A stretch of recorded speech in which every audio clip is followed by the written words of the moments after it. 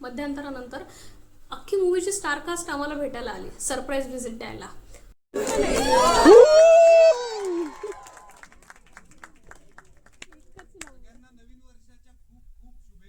तुम्हाला सुद्धा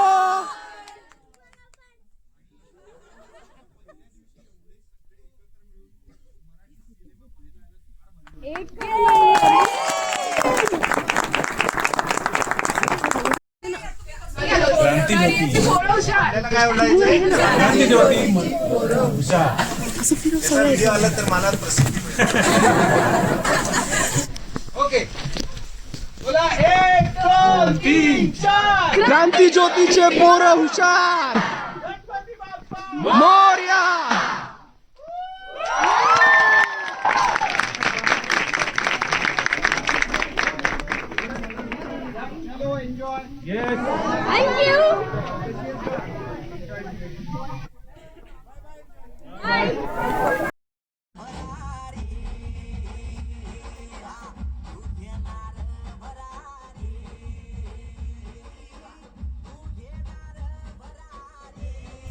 हाय, माझं नाव आहे रेणुका आणि तुमचं स्वागत आहे आपल्या चॅनलमध्ये, ज्याचं नाव आहे विस्परिंग वाइब्स _ रेणुका.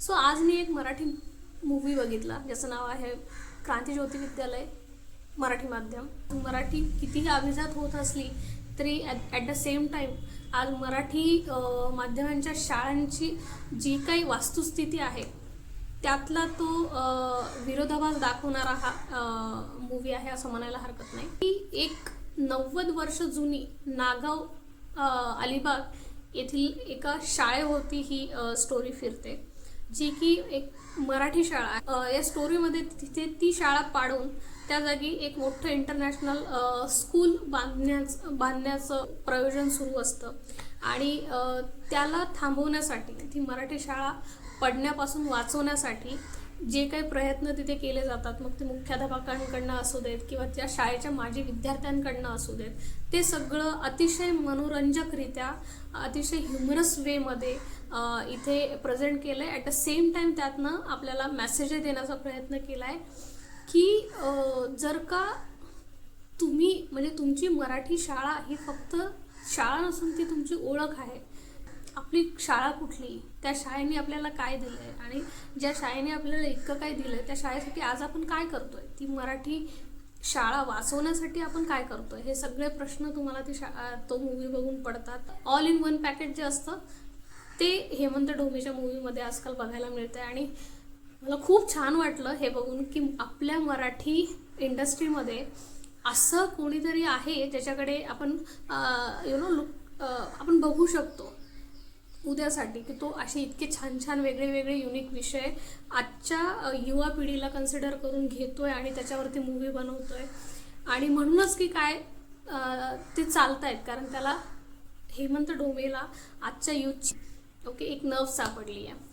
सो हो, मूवी खूप छान होता. मूवीबद्दल काय बोलायचं म्हणजे सगळ्या ॲक्टर्सने ॲक्टिंग खूप छान केली आहे. मग ते क्षितिज जोग असू देत, मग तो सिद्धार्थ चांदेकर असू देत, even Sachin sir Sachin Khedekar sir असू देत, मुख्याध्यापकाच्या भूमिकेत असलेले सगळ्यांनी, म्हणजे अगदी यूट्यूबवर जी मोस्टली सेन आहे तिने पण अप्रतिम काम केले. आपली लाडकी सगळ्यांची प्राजक्ता कोळी, मी तिची फॉलोअर आहे अगदी अर्ली डेजपासनं.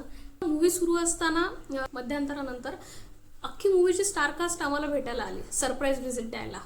सो आपण ज्यांना आत्ता जस्ट पडद्यावरती बघत होतो त्याची डायरेक्ट जेव्हा मूवी पॉज होतो, लाईट्स ऑन होतात आणि तुमच्या समोर येतात, तो एक्सपिरियन्स आम्ही पहिल्यांदा घेतला. ऑब्व्हियसली तो एक्सपिरियन्स इतका सरियल होता, इतका आनंद देणारा होता, इतका एक्साइटिंग होता.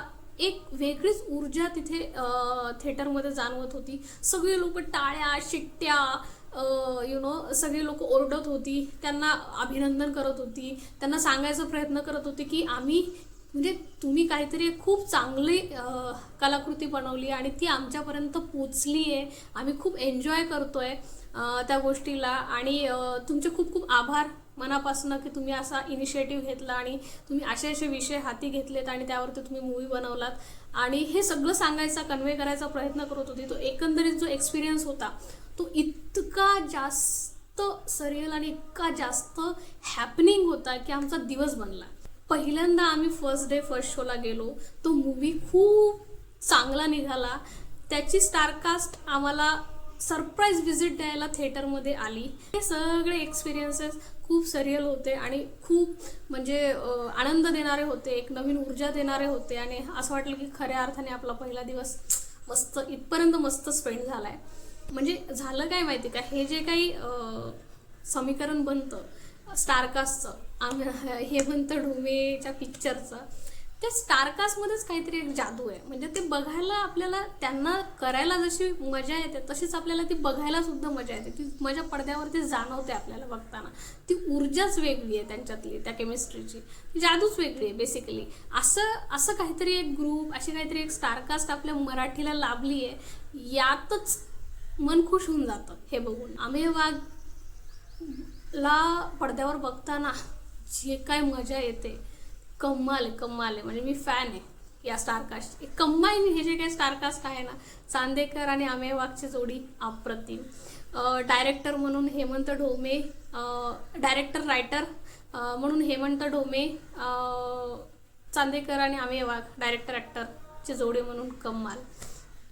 तर ह्या सगळ्या गोष्टी, हे सगळे जादू पडद्यावर बघायला मिळाली. लेखन आणि तांत्रिक बाजूबद्दल बोलायचं झालं तर जे काही संवाद आहेत ते साधे आहेत, सिंपल आहेत, पण मनाला भिडणारे आहेत. आणि आपलं आणि आपल्या शाळेची जी नाळ आहे ती परत आपल्याला तो मूवी बघत असताना जिवंत झाल्यासारखी वाटते.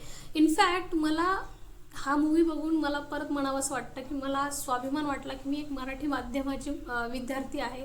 माझं 1ली ते 10वी शिक्षण मराठीत झालेलं आहे. त्यासाठी मला ते सगळं बघून मला खूप आनंद झाला की अरे मला करता आलं ते. म्हणजे 1ली ते 10वी मला मराठी माध्यमात शिकता आलं. सगळेजण थिएटरमध्ये मस्त टाळ्या वाजवत होते, चुटकी वाजवत होते, गाण्याच्या तालावरती ठेका धरत होते. आपल्या याच्यामध्ये सगळेजण रमलेले होते, सगळे एन्जॉय करत होते. बेसिकली त्या आठवणींमध्ये हा मूवी तुम्हाला घेऊन जातो. सो प्रत्येक मराठी माणसाने हा मूवी बघायलाच पाहिजे, नक्की बघायला पाहिजे, आवर्जून बघायला पाहिजे, मला असं वाटतं. आणि हा तर माझा अनुभव होता. आय होप मला जे काही सांगायचं होतं ते तुमच्यापर्यंत पोचलं आहे. आणि आय होप तुम्ही सगळे नक्की नक्की नक्की या मूवीला जाल. Don't miss it. हा थिएटरमध्ये बघण्यासाठीचाच मूवी आहे. हा थिएटरमध्ये जाऊनच बघा. त्याची मजा थिएटरमध्ये गेल्यावरच कळेल तुम्हाला. आणि मला जर तुम्ही हा व्हिडिओ बघून जात असाल तर, आणि असे तुम्ही जर का जाऊन आला असाल किंवा जाणार असाल, प्लॅन करत असाल, तर बघून झाल्यावरती मला तुम्ही सांगा नक्की कमेंटमध्ये तुम्हाला काय वाटलं. ओके, मला जे वाटलं ते तुम्ही एक्सपिरियन्स केलं का हे तुम्ही मला कळवू शकता.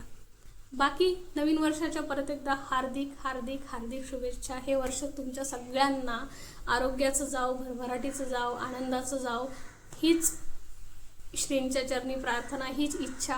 भेटूया परत असंच. Bye bye.